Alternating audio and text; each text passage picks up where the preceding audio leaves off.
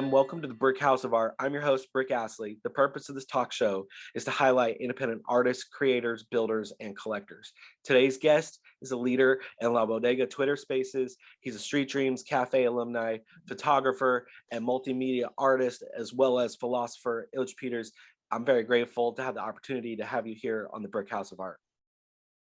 Thank you for having me, sir. I am super stoked. I feel like we've been trying to get this going for a while. I'm glad that we finally got to make it happen. I knew it was going to happen regardless, because you're fam. So that was already preordained. I appreciate that. It's been a moment, but I'm super hyped at the time that we're able to have here to talk about your work.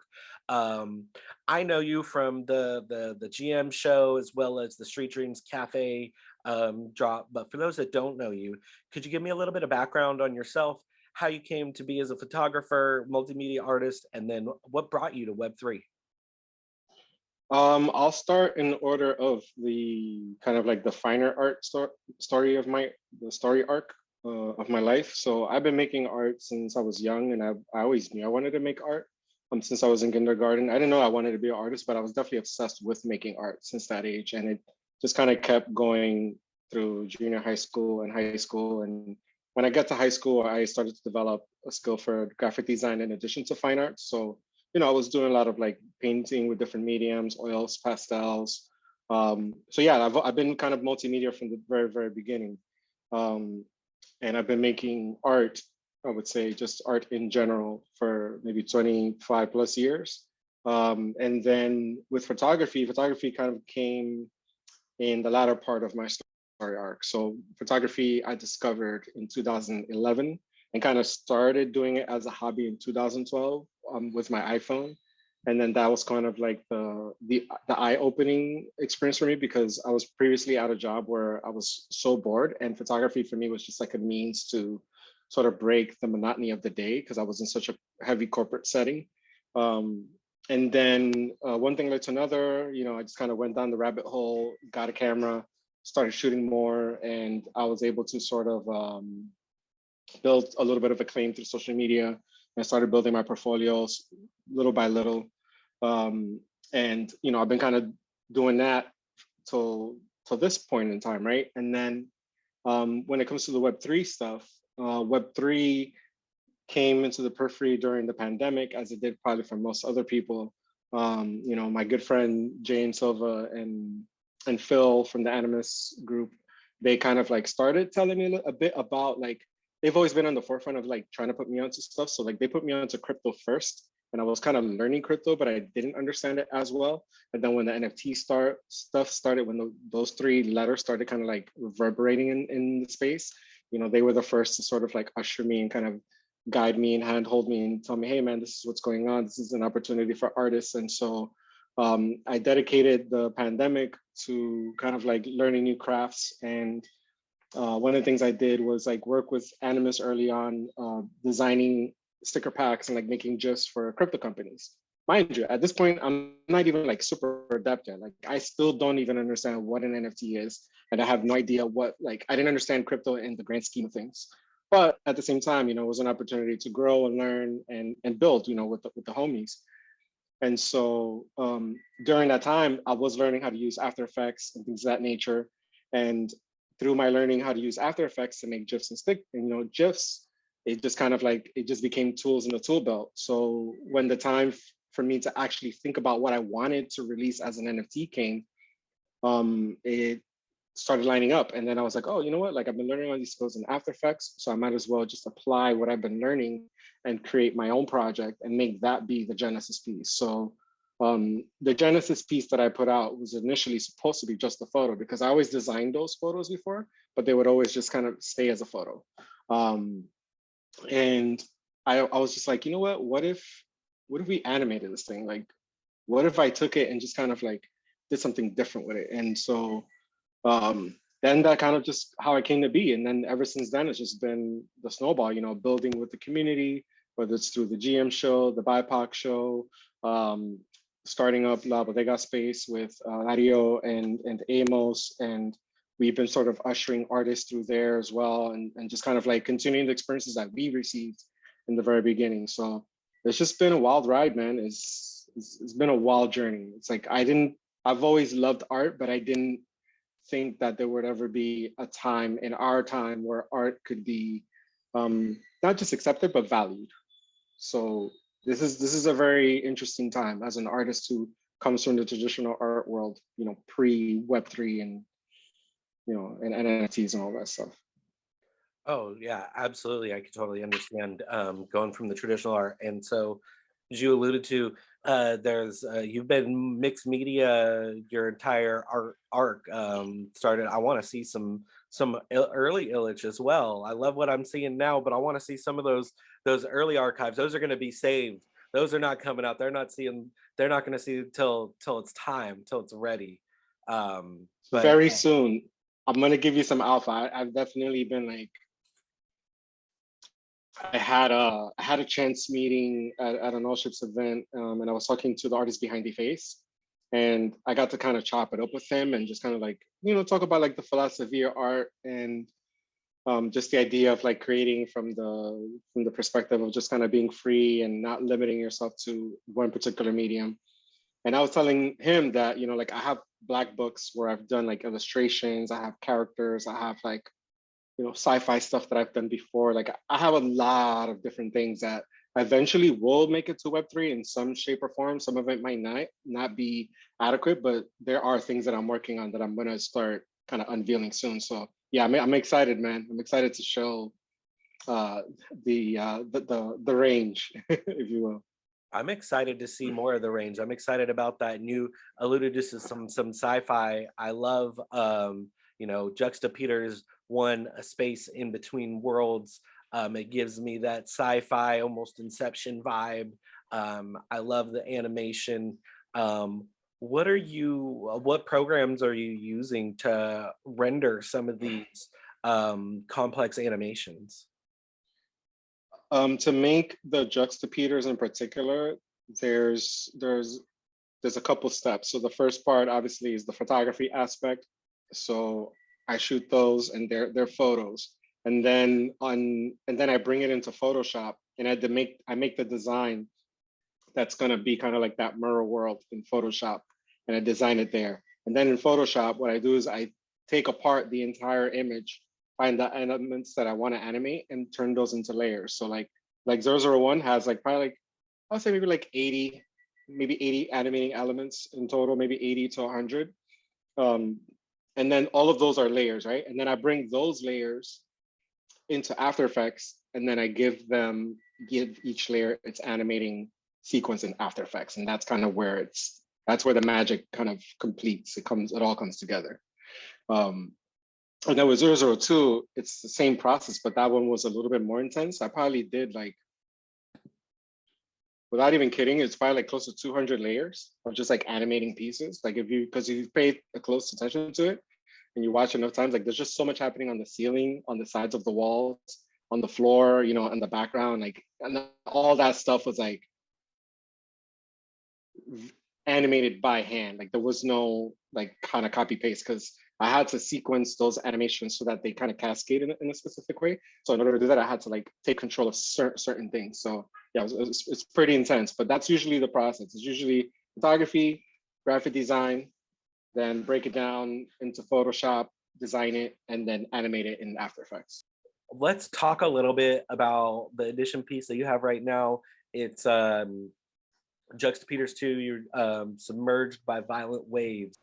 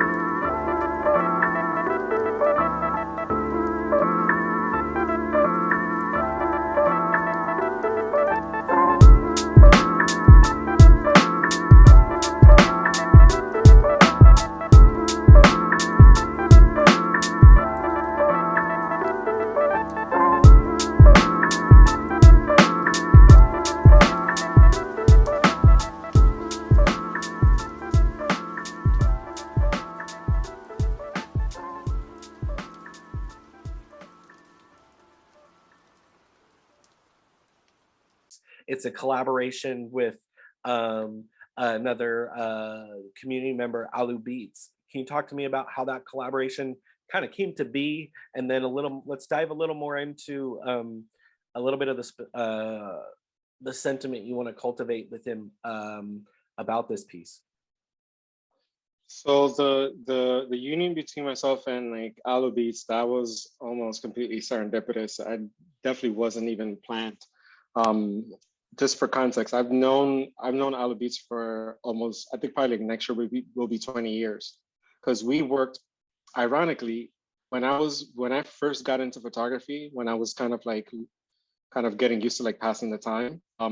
Me and him were working at the same company at that time. We just had different roles, and we became fast friends in that company because we just have too many things in common.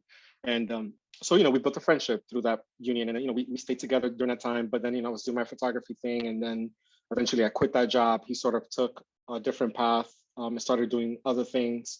And so we kind of lost touch, but not for any bad reasons. It's just kind of like life took us in different directions. Um, and so through Web3, I just remember, not necessarily through Web3, through Instagram. Through Instagram is where he found me, and then we started talking. I was like, oh, like Charlie, like wait, hold on, like. So then I immediately I was like, I gotta get your phone number. So I got his phone number, and of course we jump on the phone. We're talking for hours, and we're just like, yo, man, it's been a long time. What you been up to? This, then the third, and he's like, yeah, man, I make music. And I was like, what? That's dope. He's like, yo, I see you, doing your thing with photography and doing all these designs and things of that nature. And then, as it turns out, as we're talking, we started kind of getting to the Web3 point of the conversation. And it just turns out that he's like fully entrenched, like at that point, like, because I was already in it, but I definitely wouldn't say I was like as entrenched as he was. And he's a very big brain person. And he just kind of was like, he's like, yeah, man, I do this, blah, blah, blah. I'm on Discord channels, I'm checking this, I'm learning about drops, I'm learning how projects, this and the third. And I was like, oh man, that's great. And so then I asked him, I said, so what have you been up to? He's like, well, I've been making music. And I'm like, oh, great. So I'm like, you know what? Let's get on Telegram and send me a beat pack. Because that's usually where like anybody who makes music, they keep a nice little folder there, like a nice little stash just to kind of give you a little sauce. And I started listening to the beat pack on Telegram. We're talking, and I was just like blown away. Like all the tracks he played for me, they were all like crazy. Like even in its very bare skeletal form, like just so many beautiful sonics and just like different things going on. And I was like, whoa, this is crazy. And at the time when I was talking to him, I had just come off of 001 already. So coming off of 001, I knew that I wanted to add music again, and I wanted that to stay the theme of like the Juxtapeters series, that it's going to be audio, visual, emotion. And I was like, you know what, dude, like there's a track I like in here. I would love to bring it into my project. And the song was called High Waves, which is so funny. So it's just, I was like, like there's just too many connections there. It's like, it's called High Waves. My project is called Submerged by Violent Waves. I'm like, this is perfect. And then once I kind of started listening to the song, it did start to sort of inform a little bit about the design. And as I started, so then once he was in, he was just like, all right, bet. So, Charlie, Ala Beats grabs all his stuff and brings it over to my place, sets up all his audio equipment. And we just get rocking. He's like toying with the music live, and he's like adding different elements. And he's like, you know what if we sequence this part of the animation to the audio? So then it just became kind of like this thing where I'm like, this is a true partnership. There's like synchronicity happening right now. This is beautiful, because it's not like I took his song and tacked it onto my piece and then called it an NFT. It's like there's a relationship between the music and what's happening in the video. And if you really pay close attention, you clearly see it in the audio cues and just like the way that it kind of how the music sort of kind of emulates the way the mood is happening in the piece, So it was one of those things where it was like perfect union. And as I'm working on the piece to get to the part about the piece itself, I started working on this thing like almost 5-6 months ago. But with anything, there's trial and error. process, and I did a couple designs that just didn't work. It didn't come together the way it should have, and it was one of those things where like I did become stuck in terms of what I wanted to do, and then um, I've been going through so many different challenges and just things in life, and the more I started to think about a little bit about my personal life, it started to help me actually design the piece. Because then once I kind of like realized, okay, so the title is going to be Submerged by Violent Waves. This is kind of like a feeling, there's an emotion there. How do I tap into that? This idea that there's this silhouette figure of this guy on a boat, kind of like being enveloped by these visceral shapes, sort of animating in the middle of a storm. It's just kind of like a little bit like a representation of my life, like it's kind of felt like that. And I felt like once I was able to lean into that and sort of allow myself to make it personal, it allowed me to take the actual animation to a different place than where I originally planned on taking it. Oh, this is such a beautiful piece, and I'm very fortunate to be a collector of it. I love all the animations. I love vibing out. I'll put on my earbuds. The lightning strikes. This figure. What are they contemplating? Is it some sort of feelings that I've felt before? How am I identifying with it? There's just so much like there, and it's very deep, and you can see the synchronicity, and you can feel the synchronicity that you and Alu were feeling when you were creating this piece together.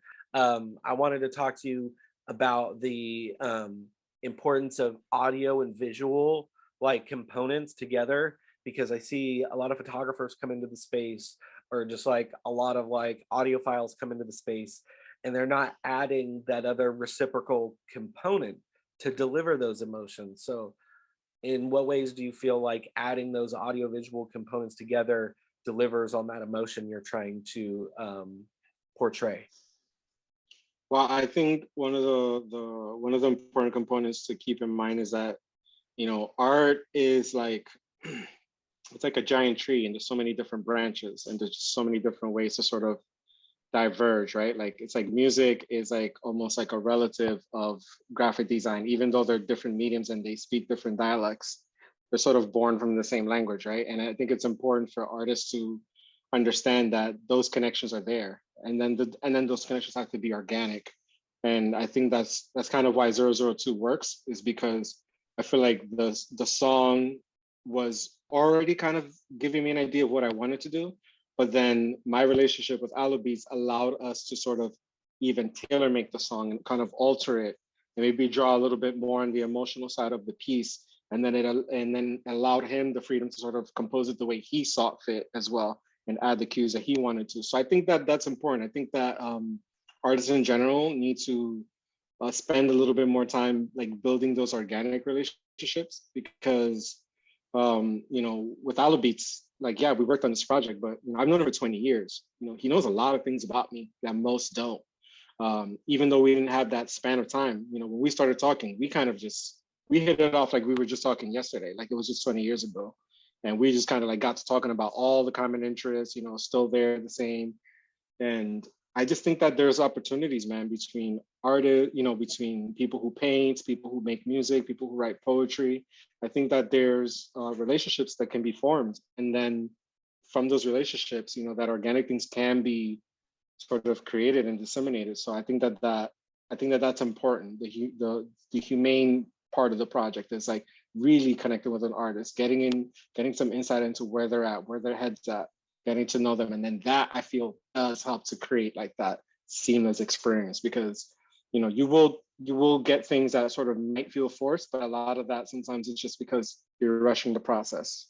It's like I had Aloe Beats coming to my place all the time, and he was trooping. He lives far from me. I live in Queens. He lives all the way the in the boonies in Brooklyn, and this man was trucking almost an hour and a half to 2 hours just to come to my place to set up all his gear, to set up here for a couple hours, like toy around with his mixers and synthesizers and everything, and we were just like vibing. It was like real. It felt like we were in the studio producing like an album. Like it kind of gave off that feel.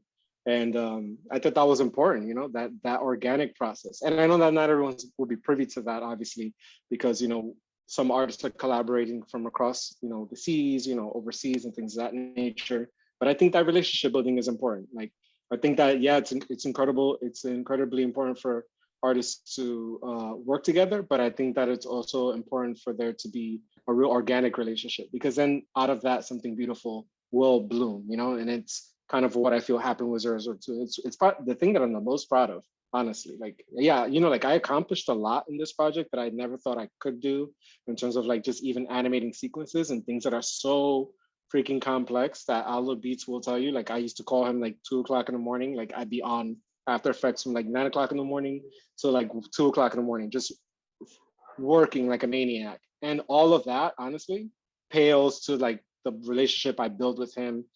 Just the experiences, us reconnecting through our different disciplines, but yet coming together for this project, and seeing how excited he's been about it, and in terms of like helping me with with certain mechanics and things of that nature. So it's like that's really the key component, man. It's like building relationships with the people you want to work with first. I think that that process can't be skipped, because then you kind of lose a little something. Then you don't get the real sauce. Hmm. Connecting, building those relationships, having the 20 plus years of friendship beyond definitely makes it so much easier to, because then they know what you're thinking, you're in each other's minds. Make sure that if you're watching, you want to go ahead and go mint it. The link will be down there in the comments section. Make sure to hit like and subscribe. Make sure to share it out, and tag Ilitch and tag Alu Beats. Their respective links will be down in the comments below, so that way you can definitely give them a follow and make sure to stay up on all of their doings.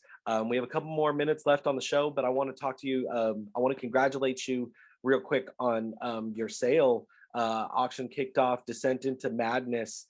It's a beautiful image. This is cream of the crop. This is a stunner. This is a heater for the summer. My goodness. My goodness. Thank you, sir. Insane. Congratulations on all the success to you. Can you give me a quick rundown on that before we close out the show? Just a really beautiful piece.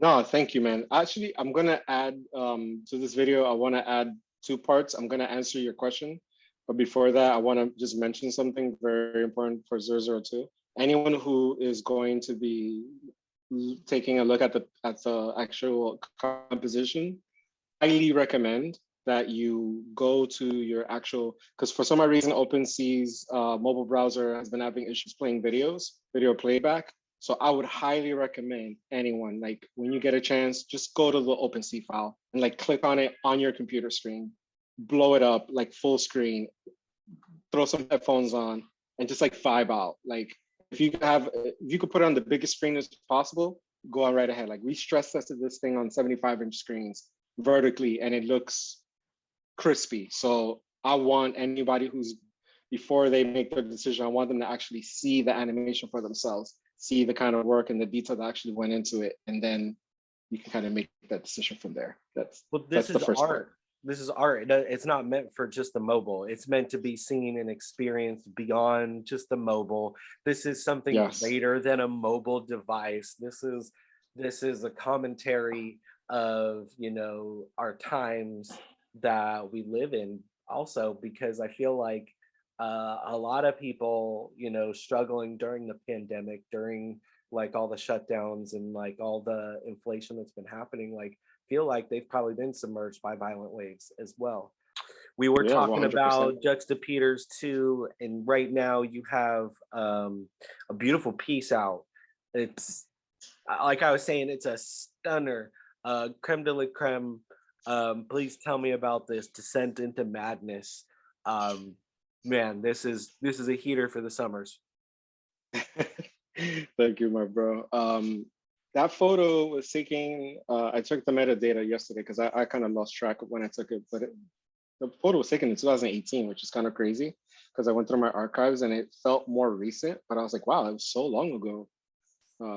Simpler times, than in 2018. And that photo, it was definitely one of those days where I had like set out to go shoot in financial district, if I remember correctly. And I was walking around taking photos, and that location in particular was a space that I had visited before. But I think the first time I went, I just kind of like went, took a photo, and then just kind of was like out, like I just kept them moving. Like I was like, oh, that's cool. You can see the Freedom Tower from those steps. Cool. But then this time, as I started going out, I was like, you know what? I have more time. And I went back to that spot. I was like, let me stake the spot out for a bit. And it was on a bustling morning. And so I was like, you know what, let me just chill here, see what develops. Because a lot of, for me, those like moments that become ubiquitous are always where I'm like really patient. I'm just kind of like, I know there's a scene there, there's an opportunity. And I just got to wait for the layers to sort of like start stacking up. And then I can kind of be present and capture it. And that was one of those moments. Like I was there for probably maybe like 45 minutes, embarrassingly, but because it was waves, like you would get waves of people, but then it would kind of get a little bit quiet. And I have other outtakes where it's just people, but there was just something about that idea of like, because I got somebody with a business suit coming down, and I thought that there was like a nice stark contrast between this idea of this man in financial district sort of juxtaposed against the Freedom Tower, and the fact that he's kind of going down and kind of like what did the title, Descent into Madness. And then as I was kind of set up there, I saw there was these two gentlemen with business suits on, and I'm just snapping, I'm just going, and they're just kind of like taking their time, but then they start to slowly go down the steps, and that scene that you see there at the end was like, it's that guy, he's starting to go down, then there's the other guy who sort of was like halfway there, didn't know what he was going to do, but then he ends up descending as well at some point. And then that's kind of how the photo came together. And it's crazy because so many people that have seen it now on Twitter, because I just shared it a couple of days ago, they were like, oh, did you use models? Like, was that staged? I was like, no, it was just pure luck. Like that guy just happened to be there. The other guy's descending. The idea that they both were wearing these dark suits, almost uniform-like in every respect. But then there was that the photos only pop of color came from their ties. It's kind of funny that it was like the only thing that kind of stood out. And I sort of played into that, and I was like, oh, this is going to be an interesting one to like really sit there with and like edit. And so, yeah, I was super stoked with the way it came out. And obviously, I shared it on social media, and the reception was insane. I did not expect to get that crazy reception for the photo.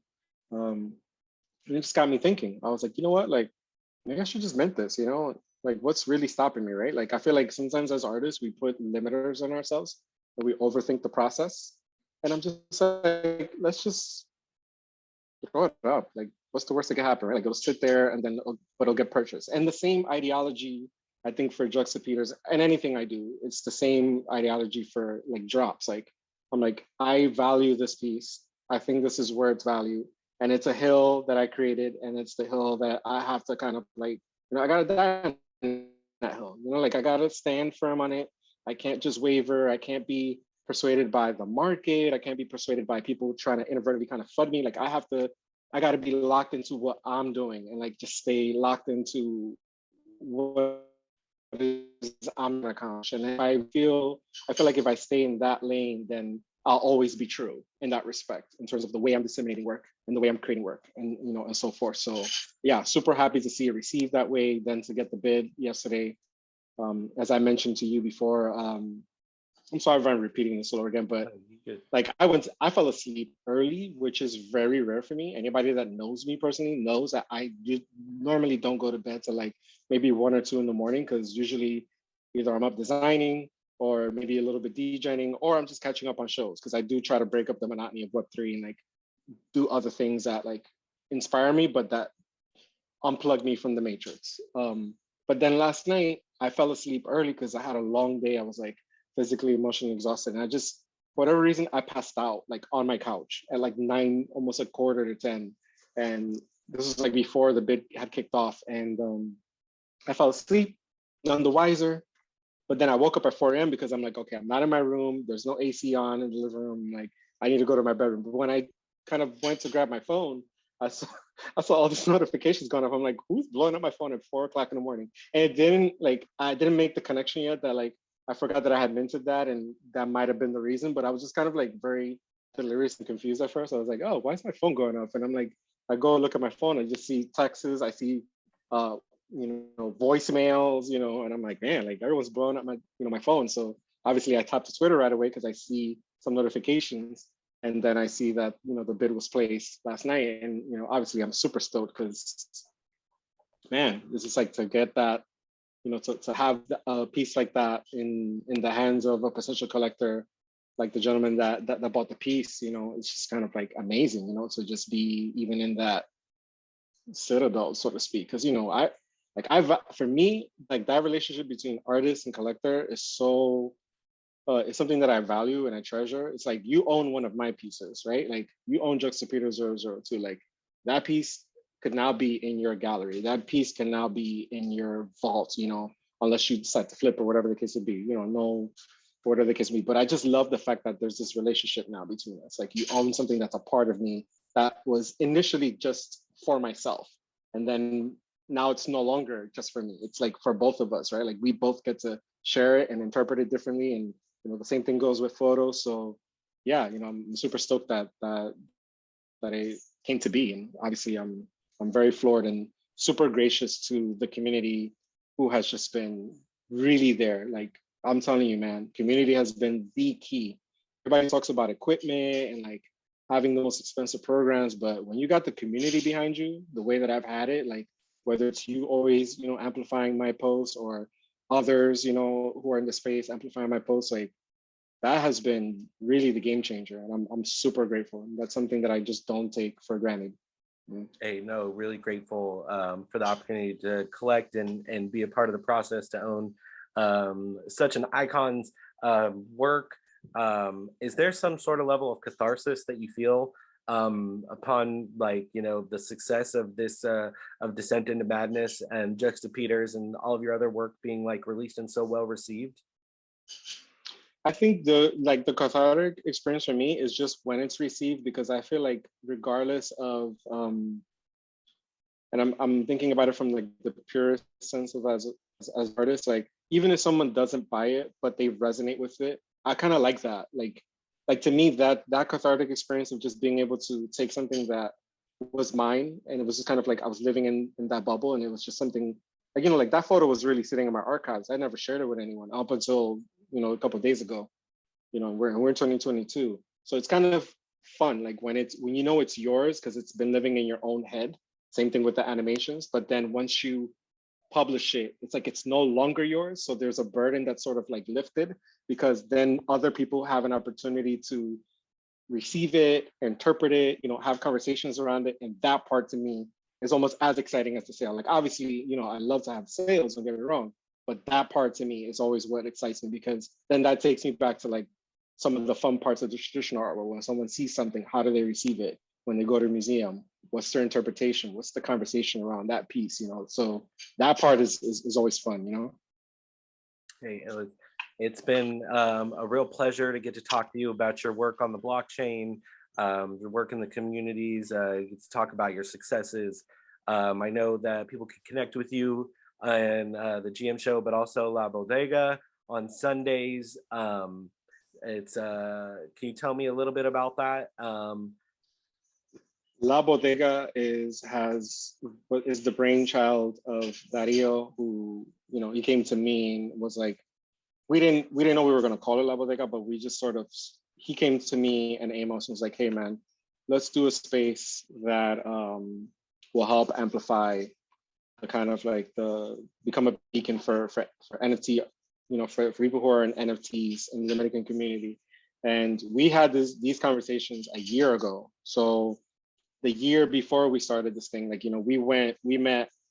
I met Dario for the first time at an event where I saw Amos, and we all just kind of like, it just so happens that all of us were just kind of like in that same space together. And then it's like, oh, like we're all Dominican artists. And obviously I'm very, very conscious of that always. Like before I'm an artist, before I'm anything else, my roots matter to me. So to see myself in the community, obviously is always a boost, and always gives me pride. And so when we had conversations last year, Dario was kind of like, hey man, let's start this thing. We should. Well, last year was like, let's get together, let's plan something.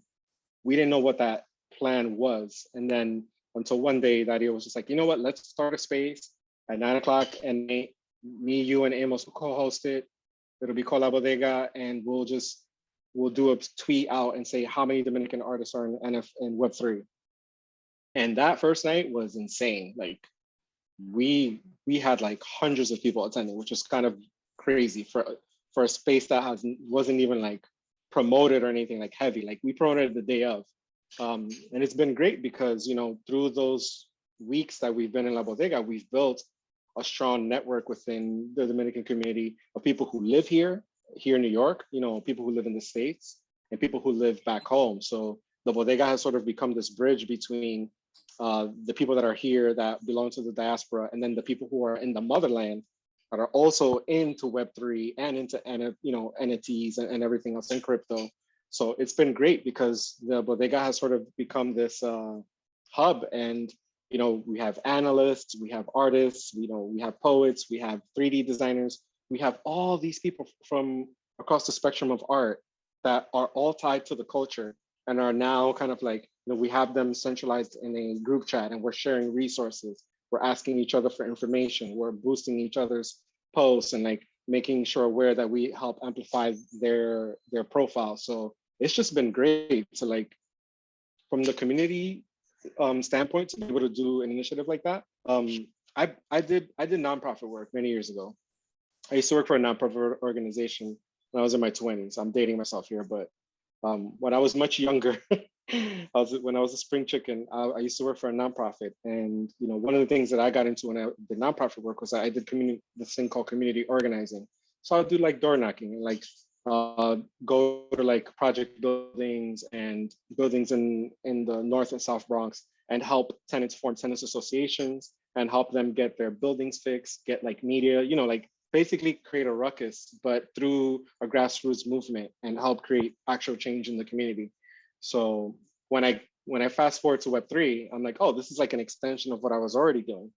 This is grassroots, at its finest, right? Like this, like we're galvanizing folks, but then we're funneling them to a place where they can share information, talk about their projects, and it's been an amazing ride to do that space with the three of us, where we get to kind of like be our most authentic Dominican selves and just kind of like let loose and be kind of goofy, but then also bring it back to artist spotlights, talking about DeFi. We have people who come up stage, talk about their work. And it's just been a wild ride, man. All these weeks, like we've had weeks that have just been magnificent. And so we're super excited, man. We had a chance to do the Bodega space live at NFTC, which was amazing. And that was a lot of fun to do it before a live audience at 11 o'clock at night. And that was the last thing happening. And that place was packed, which really surprised me. But people were like, they didn't even want to go home. They're like, we want more. Because, when we run our spaces, we go to like, sometimes we go to 12, we go to 1, we push it. Sometimes we go later because it's just the vibes. But yeah, it's been an amazing ride, man. Like rocking out with Dario and Amos, and then we added Maria Mejia, into the fold, who's been our correspondent sort of back home, who's been becoming this bridge connector to the artists that have become household names in La Bodega, like the Pollitos and like Haunted Cribs, like all those artists. Like Maria has been very instrumental, kind of like saying, hey man, come into the space, and she's been that connecting, and she's immense value. So we're in a good place, man. And we're excited. We're thinking of struggling. We rugged. We rugged. Did you catch all of that? We were rugged. We were rugged there. I got bringing Maria in and being a correspondent, and bringing them in to. I could pick up from there. Yeah, go for it.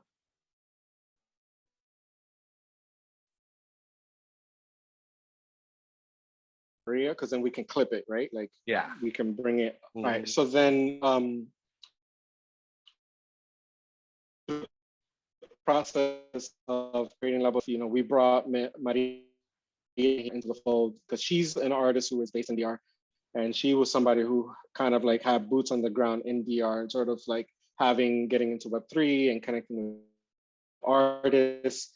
And so we thought it was appropriate to have someone who's actually connected to the motherland, like directly there, to be a representative and be able to have a voice, and we're sort of working her to that role, and she's exploring different things, but we're working in tandem to sort of think about like the future of La Bodega in terms of, general structure, how we want to, any DAO ideas, creating treasury. So we're really looking towards the future in terms of like creating serious equity, so that by the time we build a treasury, if we want to buy into projects, we can have a treasury to create generational wealth for artists.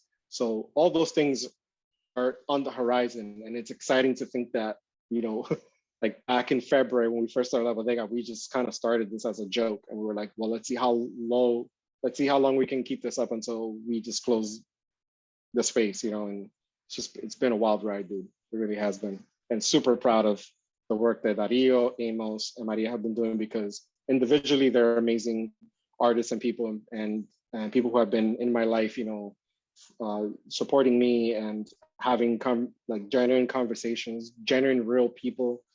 So I feel like it's a great partnership, what we're going right now. Hey, you're a leader by example and intent. I admire what you're doing with La Bodega, Amos, Dario, and Maria. It's fantastic to see that growth and distribution of that equity and knowledge. And so, no, I love when I get to come into the space. It's a very fun space to be in. It's Hispanohablante friendly. So like even for me, like that Spanish isn't my primary language. It's so fun to come in and just get to digest your culture and get to learn more, because I feel like that helps me learn more about where your art is coming from your perspective, and trying to be more in your shoes. So I love it. I'm very fortunate to be able to pop in from time to time.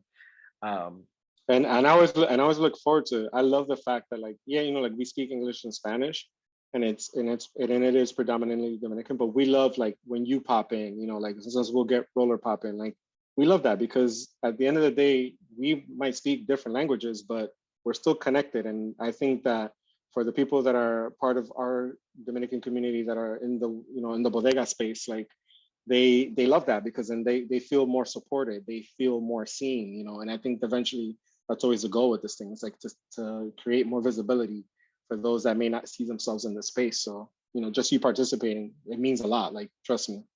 let's create that visibility. Let's make it happen. Let's elevate these artists and change people's lives for the better, change these artists and their families' lives for the better. I think that's a wonderful note to end this interview on. Ilitch, it's been such a pleasure to be able to speak with you about your work. Do you have any final closing comments for our viewers? I know that we'll have all the links, the appropriate links to follow you down there, but any parting words? Um, well, first of all, thank you for having me, and for us to have this like in-depth conversation. I think that you know, I got so much love for you, bro. Like you just been someone who's been so pivotal. So it's just like even our relationship, it's gonna tie into what I'm about to say. Like those organic relationships that you build over time with people that genuinely care about you, even when you're not in the room and they might be, rooting for you. Like you're one of those people. So as soon as you told me for us to do this conversation, it was a no-brainer. And I think that's just what's the important takeaway. Like, don't just focus on just like building amazing art, but like focus on building genuine community, building genuine relationships, because that's the foundation really to this whole entire thing. Like, yeah, we're in a paradigm shift with technology and art, and it's amazing. I love it. But at the end of the day, like that humanity aspect is still so crucial to everything. Like, because without that, then we won't really get to where we need to get to. And I think that's my big takeaway from everything that I've experienced thus far. So Yeah, it's a wonderful note, and I appreciate our connection, our friendship for many years to come. I look forward to learning from you, collaborating, and I look forward to having you back on the show again here in the near future. Make sure to give Illich a follow on the Instagrams, the Twitters. The links are all down there in the comments. Like, subscribe, and make sure to follow up on Juxtapeters and what's going on in his world. With that in mind, be kind to yourselves, be kind to others, and if you get to go out and go touch a little bit of grass, do a little bit of trash pickup so that way we can take care of this planet so we can have art to come Yes. back to because there is no earth without art. Always, always GM. Peace.